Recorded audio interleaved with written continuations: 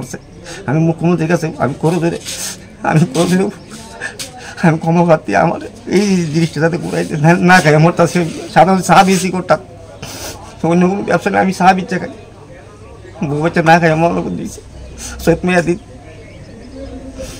আমি চাই আর কিছু না। বিগত প্রায় 65-60 বছর ধরে দোকানদারি করে। এটা রেকর্ডটা করে দিয়েছে গোপাল দেবনাথের নামে, রেকর্ডটা এটা।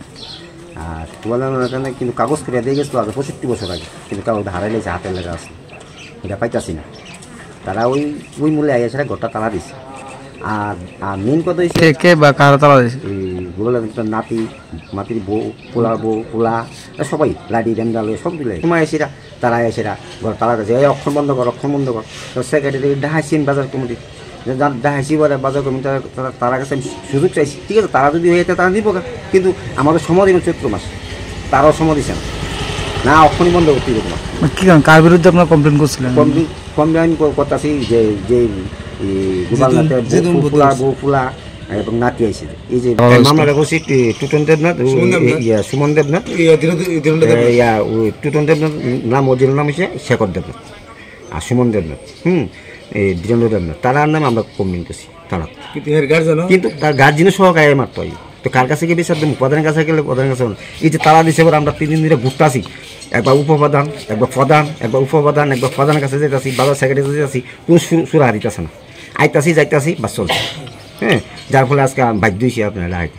এটা কইতে গেলে কি, আপনি তো জানেন আমি 8 আগেই আমি বিজেপি করি, আমি সভাপতি। আপনারাও আমার পিছিয়ে আসলেন, আমার লোক আপনারাও মিডিয়ার কাজ করছেন, জানেন, ভালো উঠে যান। তখন তারা এসে আমারও ফি আক্রমণ,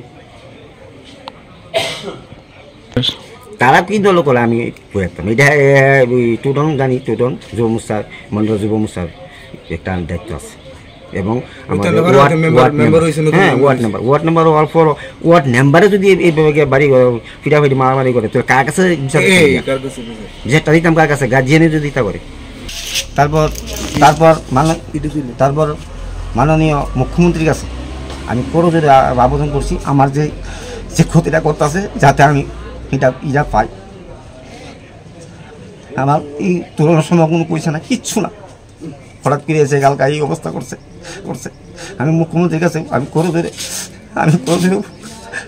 আমি ক্ষমা প্রার্থী, আমার এই জিনিসটা যাতে ঘুরাইতে না খাই। আমার তা সাধারণত চা বেশি করতাম, অন্য কোনো ব্যবসা নেই, আমি চা বিচ্ছে খাই, বউ বাচ্চা না খাই আমার লোক দিয়েছে সৈয়দ মেয়াদি। আমি চাই আর কিছু না। আচ্ছা পার্টি কইটাও এই অবস্থা আমার বিরোধী করলে কথা, আমি পার্টি করেছি। আমি বুথ সভাপতি আসলাম, এবারে মন্ডল